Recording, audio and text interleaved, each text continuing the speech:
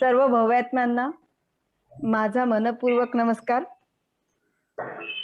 आपला जो विषय आहे म्हणजे आज या फेडरेशनचं जे अधिवेशन आहे त्याचा जो विषय महत्वाचा आहे आणि तो म्हणजे मानवी जीवनातील संघर्ष आणि थिओसॉफी.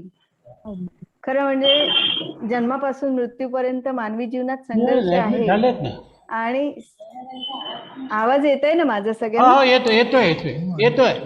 हा संघर्ष करत असताना माणूस जगत असतो आणि जगता जगता त्यासोबतच त्याला अध्यात्मही साध्य करायचं असतं. तर हा मेळ प्रॅक्टिकली कसा घालता येईल यामध्ये आपल्या जीवनाची यशस्वीता आहे. खरं म्हणजे जर समजा जगत असताना हा संघर्ष आणि आपलं जीवन त्यासोबत अध्यात्म हेच आपलं जर पॅरलल चालत असलं, समांतर चालत असलं, तर जेवढं आपण हे साध्य करू शकू तेवढा माझ्या दृष्टीने आपल्या जीवनाला यशस्वीतेचा झळा प्राप्त होतो. तर आधी आपण या विषयाचे अनेक पैलू आहेत. त्यातला एक पैलू म्हणजे आपला संघर्ष. त्याबद्दल थोडंसं बोलूया. चलती चाकी देख के दिया कबीरा रोय, चलती चाकी देख के दिया कबीरा रोय, दो पाटन के बीच में साबित बचा न कोई. संघर्ष हा दो पाटन के बीच में आहे, पण आपल्याला त्यातूनही साबित ठेवण्यासाठी जे अध्यात्म आहे त्याची कास धरणं हे अत्यंत आवश्यक आहे. संत कबीर म्हणतात, संघर्ष हा जीवनाचा स्थायी भाव आहे. माणसाचं मन जे आहे ते सतत जागृत असतं. या जागृतीत स्वला सर्वाधिक महत्व दिलं जातं. माझा हेडफोन आहे तिथे, तो घेतो याला कनेक्ट आणि तेथूनच संघर्षाला सुरुवात होते. स्वच्या या जपणुकीतून दोन गोष्टी वाढत जातात. एक म्हणजे अहंभाव आणि दुसरा म्हणजे स्वार्थ. या दोन्ही गोष्टी हॅलो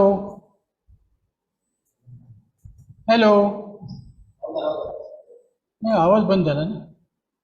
आवाज बंद झाला. हॅलो सुरू आहे का? पण आवाज नाही येते ना मला.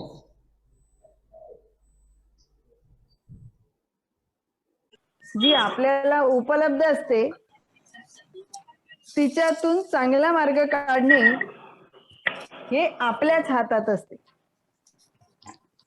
एक साधंसं उदाहरण यासाठी मी देते.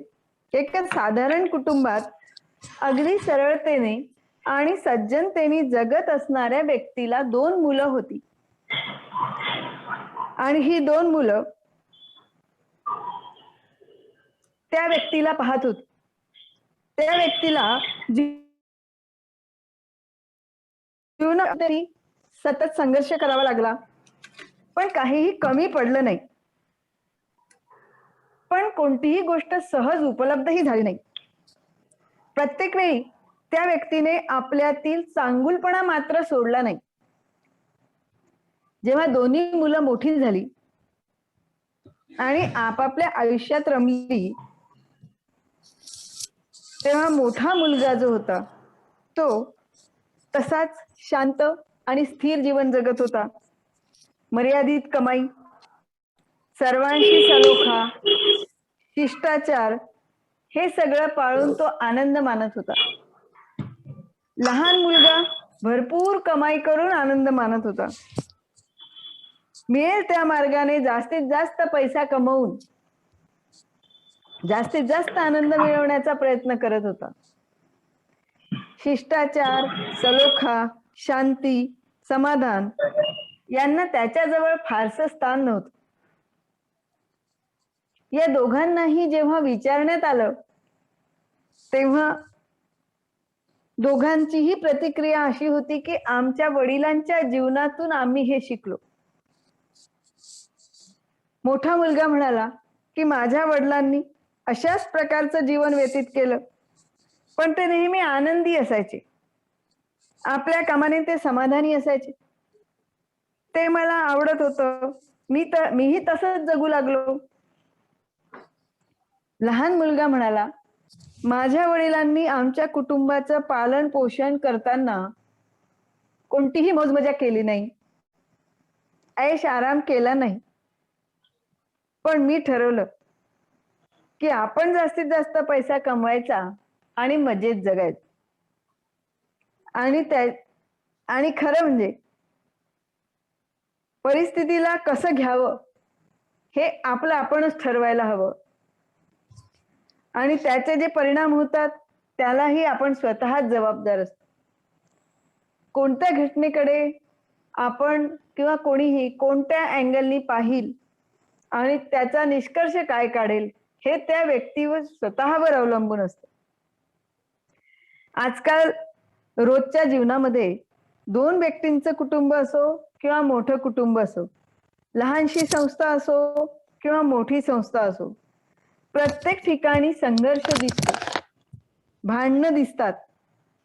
संघर्ष असावा, पण तो प्रगतीसाठी असावा. एका व्यक्तीच्या स्वतःच्या प्रगतीपेक्षा कुटुंबाच्या प्रगतीशी आपण जोडून राहिलं पाहिजे. एका व्यक्तीच्या स्वतःच्या स्वार्थापेक्षा संस्थेच्या प्रगतीशी आपण जोडून राहिलं पाहिजे. स्वतःची प्रगती करताना किंवा स्वार्थ साधताना दुसऱ्यांचे गळे कापत गेलो तर या संघर्षाचा परिणाम हा विनाशातच होणार आहे. ज्यांना आपण आपले म्हणतो अशा पती पत्नीच्या, आई वडील यांच्या व अशा संबंधात दुरावा निर्माण होत असल्याचे चित्र आपल्याला समाज निरीक्षणातून दिसून येते. एकमेकांवरील अविश्वास, इगोची जपणूक, त्यामुळे कमी होणारी आत्मीयता हेच या संघर्षाचे खरे कारण आहे. यामागे अगदी जवळच्या व्यक्तीबद्दल कमी होत चाललेली प्रेमाची भावना हे सर्वात महत्वाचे कारण आहे. ज्या व्यक्तीसोबत प्रेम आहे तिच्यावर विश्वास असणार नाही का? जिच्यावर विश्वास आहे ती व्यक्ती आपल्या प्रगतीत अडथळा आहे असे वाटेल का?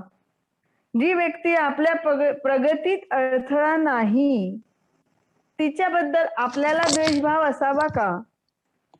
पण अशी व्यक्ती जर आपल्यापेक्षाही अधिक प्रगती साधत असेल तर तिच्याबद्दल द्वेषभाव ठेवून आपण तिला रोखण्याचा प्रयत्न करावा का?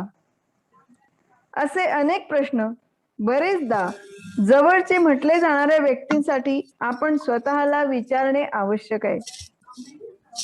आदर्श समजल्या जाणाऱ्या आपल्या भारतीय समाजाला पोखरत चाललेली ही कीड अत्यंत भयंकर प्रमाणात पसरली आहे. त्याचे विदारक दृश्य समोर आल्याशिवाय राहणार नाही. समाजाच्या प्रत्येक घटकाला या व्हायरसचा स्पर्श झालेला आहे. अगदी साधू संत सुद्धा यातून सुटले नाहीत. आपले थोडेसे जरी नुकसान झाले तरी 4 भावंडांचा फायदा होत नाही म्हणून ते नुकसान आनंदाने सहन करणारे व आपल्या प्रगतीसाठी आपल्या भावाचे काही नुकसान झाले आहे याची जाणीव ठेवून वेळ आल्यावर त्याच्यासाठी काहीतरी त्याग करण्याची भावना ठेवणारे भावंड असले तर ते कुटुंब कसे विस्कळीत होईल? आपल्या 4ही भावंडांचे नुकसान झाले तर चालेल, पण आपला फायदा झालाच पाहिजे ही भूमिका जास्त वाढत आहे. म्हणूनच समाजात विकृती निर्माण होत आहे.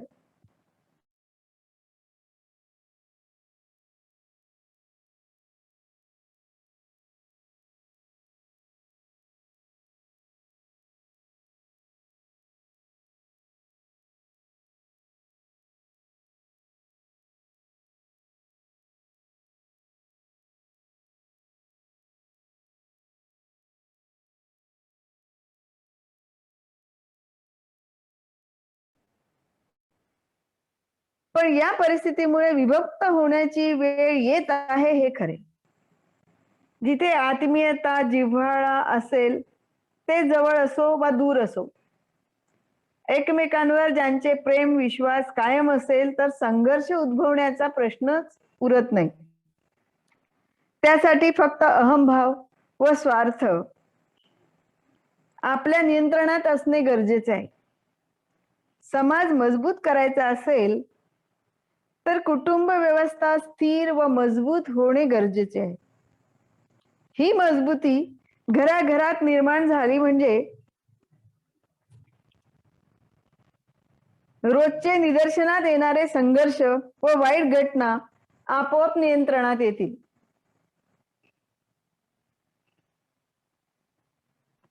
लोग दूर जाते हैं एक घर बनाने में, लोग दूर जाते हैं एक घर बनाने में, और तुम तरस नहीं खाते हो बस्तियां जलाने में. असे वाटते. ही परिस्थिती समजणारे व तिला प्रतिकार करू इच्छिणारे म्हणतात, आपण काय करू शकतो? त्यांच्यासाठी म्हणावेसे वाटते, कौन कहता है आसमां में छेद नहीं होता.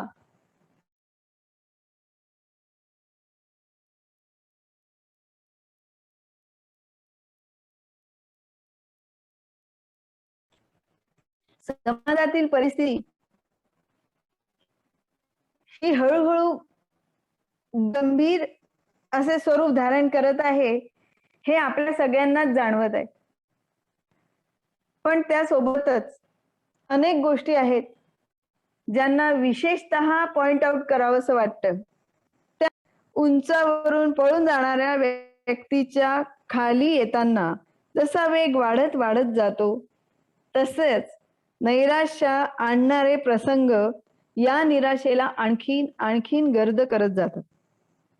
मग प्रत्येक नातेसंबंध, प्रसंग व अनुभवातून, आकर्षणांपासून मन दूर पळत जाते. संसारातील अनेक गोष्टींबद्दल आसक्ती, प्रेम, माया, आकर्षण सर्वांसाठीच वाईट आहे असं म्हणतात. पण यामध्ये कुठेतरी जीवनाची आशाही लपलेली आहे, हेही विसरून चालणार नाही. या सर्व गोष्टी संपल्यानंतर वैराग्य येते हे निश्चित. पण आसक्ती वाटते, तिला दाबून टाकणे, प्रेमाला बंधन समजून दूर पडणे, वाटणारी माया, एखाद्या गोष्टी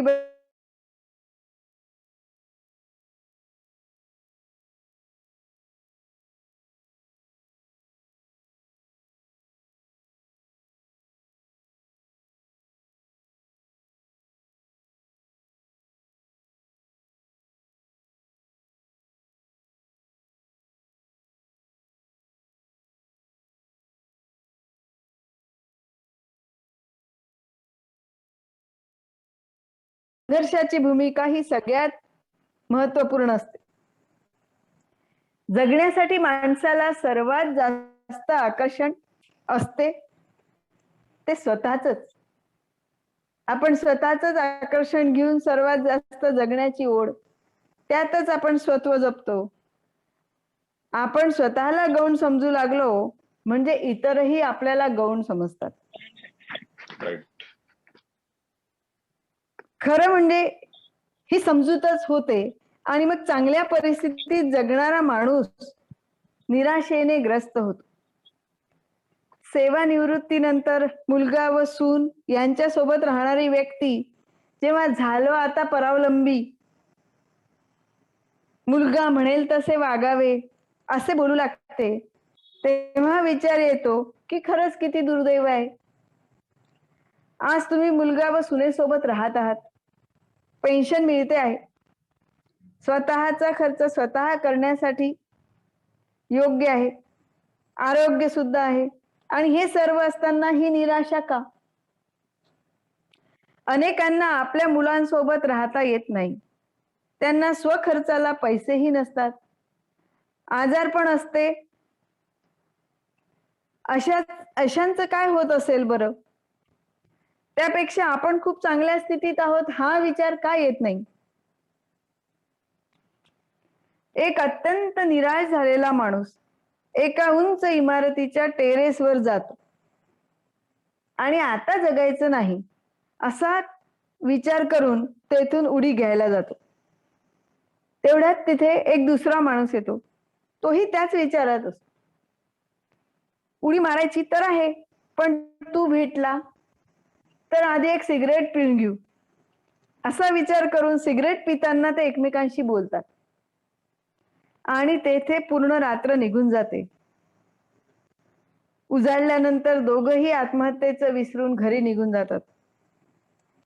नैराश्य व स्वतःचं आकर्षण संपू लागते तेव्हा मनातल्या भावना व्यक्त करण्यासाठी मार्ग मिळणे ही सगळ्यात महत्वाची बाब आहे. दुर्दैवाने आजही भारतात दररोज अनेक आत्महत्या होतात. रोज वर्तमानपत्र अशा बातम्यांनी भरलेलं असतं. खरंच मानवी जीवन इतकं तुच्छ आहे का? आपल्यातील चैतन्याला जन्म घेण्यासाठी काय काय सहन करावे लागले असेल याची आपण कल्पना तरी करू शकतो का?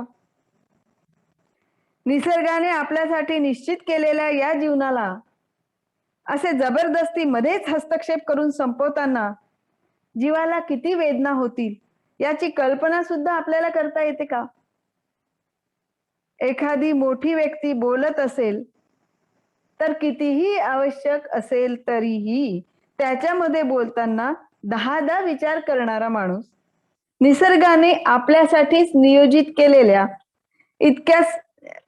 जीवनात इतक्या सहजपणे हस्तक्षेप करताना हा विचार का करत नाही? फुलासोबतचे काटे सर्व माझेच आहेत. फूल एकच, काटे अनेक आहेत.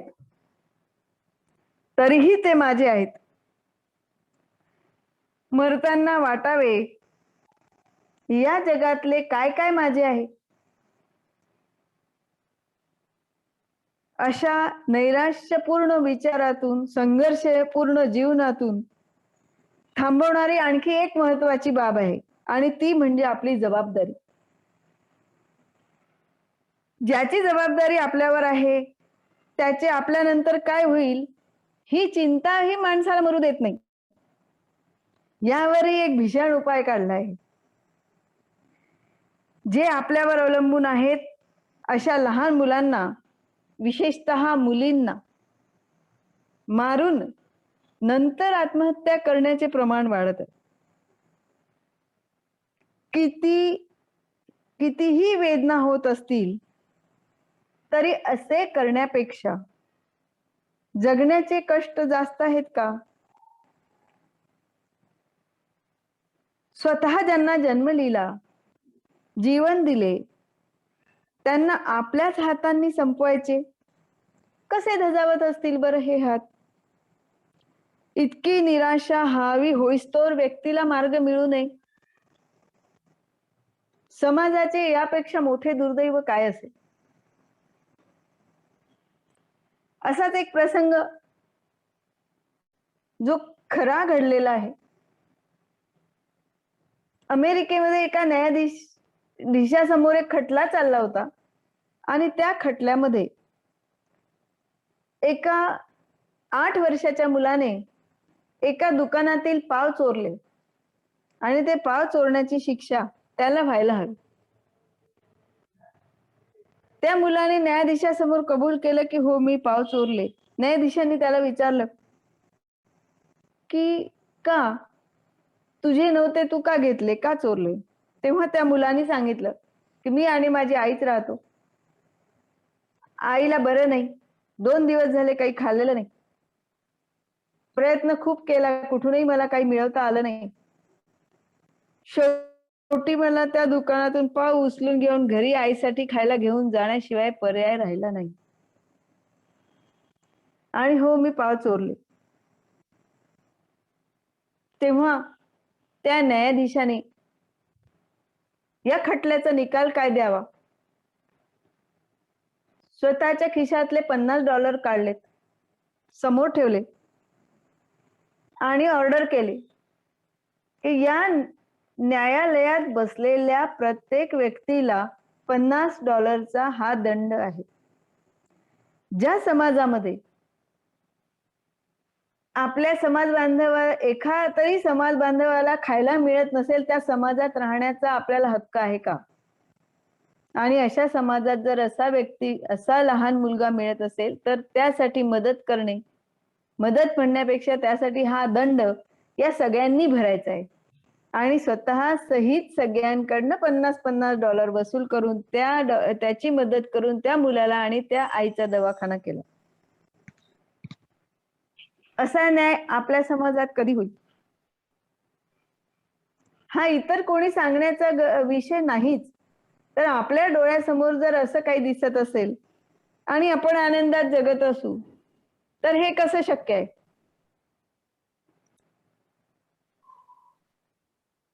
तर पुढचा आपला टॉपिक जो आहे तो आपण जगायचं आहे, समाजात जगायचं आहे, संघर्ष करत जगायचं आहे. पण कसं? तर यात म्हटलंय की विवाह नामे गणपती, मरते वक्त राम. विवाह नामे गणपती, मरते वक्त राम. समय बिना न चलेगा अपना कोई काम. समय बिना न चलेगा अपना कोई काम. हे जगणं किंवा जीवन म्हणजे हारजीत नाही. काळाला वेळेला ओळखणे आवश्यक आहे. याचे गणितासारखे असे काही परफेक्ट सूत्र नाहीत. नराचा नारायण बनण्याची संभावना ही मनुष्यातच आहे. त्यासाठी काळाचे वेळेचे भान असणे अत्यंत आवश्यक आहे. आगपेटीतल्या ज्या काडीचा नंबर लागेल ती जळणारच. तशीच मनुष्य जीवनाची अवस्था आहे. आणि यासाठीच सावध राहणे हे अत्यंत आवश्यक आहे. जीवन हे क्षणभंगूर आहे आणि हे जेव्हा आपल्याला समजते तेव्हा आपण सावध राहतो. 2020च्या या सामन्यात जसे 20 ओव्हरच्या आत मॅच पूर्ण होऊ शकते, 2020च्या सामन्यात 20 ओव्हरच्या आत आपली मॅच पूर्ण होऊ शकते. पण 21वा ओव्हर कधी खेळायला मिळू शकत नाही. मृत्यूचेही तसेच. आपल्या ठरलेल्या मृत्यूच्या वेळेच्या आधी मृत्यू येऊ शकतो, पण तो पुढे ढकलला जाऊ शकत नाही. जीवनाच्या गाडीला ब्रेक आहेत, रिव्हर्स गिअर नाही. त्यासाठी प्रत्येक क्षण हा मौल्यवान आहे. नवनवीन टेक्नॉलॉजीमुळे खरे तर सामान्य लोकांची स्मरणशक्ती, संवेदनशीलता, विचारशीलता ही कमी होत आहे. भावना कमी होत आहेत. माणूस मशीन सारखा बनत चाललाय. आजारी व्यक्तीच्या भेटीला जातात तरी काय बोलणं योग्य आहे हेही बऱ्याच लोकांना समजत नाही. पण जेव्हा या सर्व गोष्टींची गोळाबेरीज होईल तेव्हा काय होईल याचा आम्ही विचार करत नाही. खरं म्हणजे आपल्या जीवनात आपल्या समोर येणाऱ्या संधी या बुरखा घालून येणाऱ्या परीसारख्या आहेत. आम्ही त्या संधीला लवकर ओळखू शकत नाही आणि जेव्हा ओळखतो तेव्हा ती उडून गेलेली असते. यासाठी चांगले कार्य करण्याची संधी जेव्हाही येते तेव्हा ते कधीही ती संधी सोडू नये. बाकी नियमित कार्य तर आयुष्यभर चालू राहते. आपली गाडी जर रॉंग साईडला गेली तर सर्वात आधी आपण काय करू?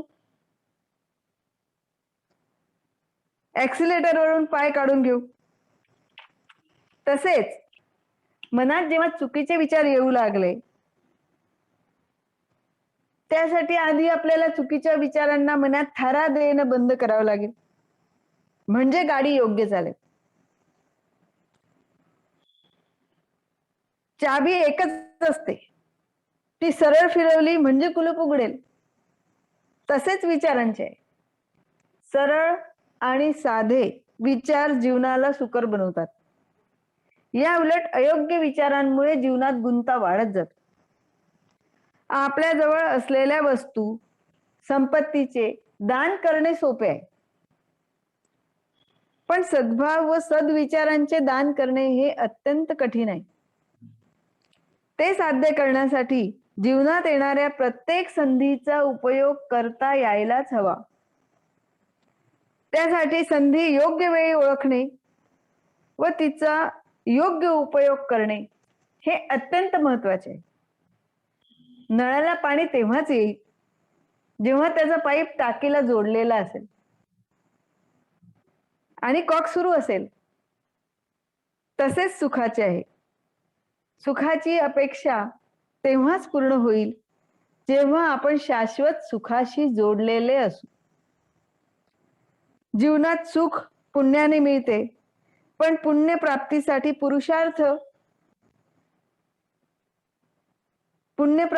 पुरुषार्थ फारच कमी असतो.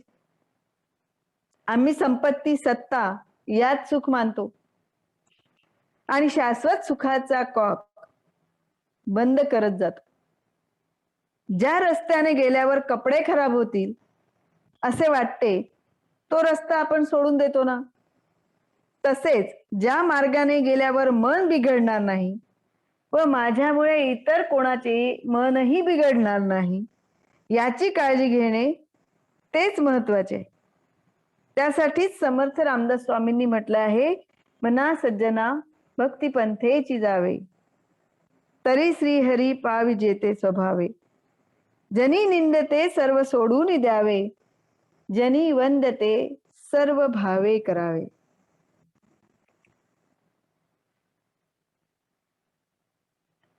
आपण सगळ्यांनी माझे हे विचार शांतपणे ऐकून घेतलेत.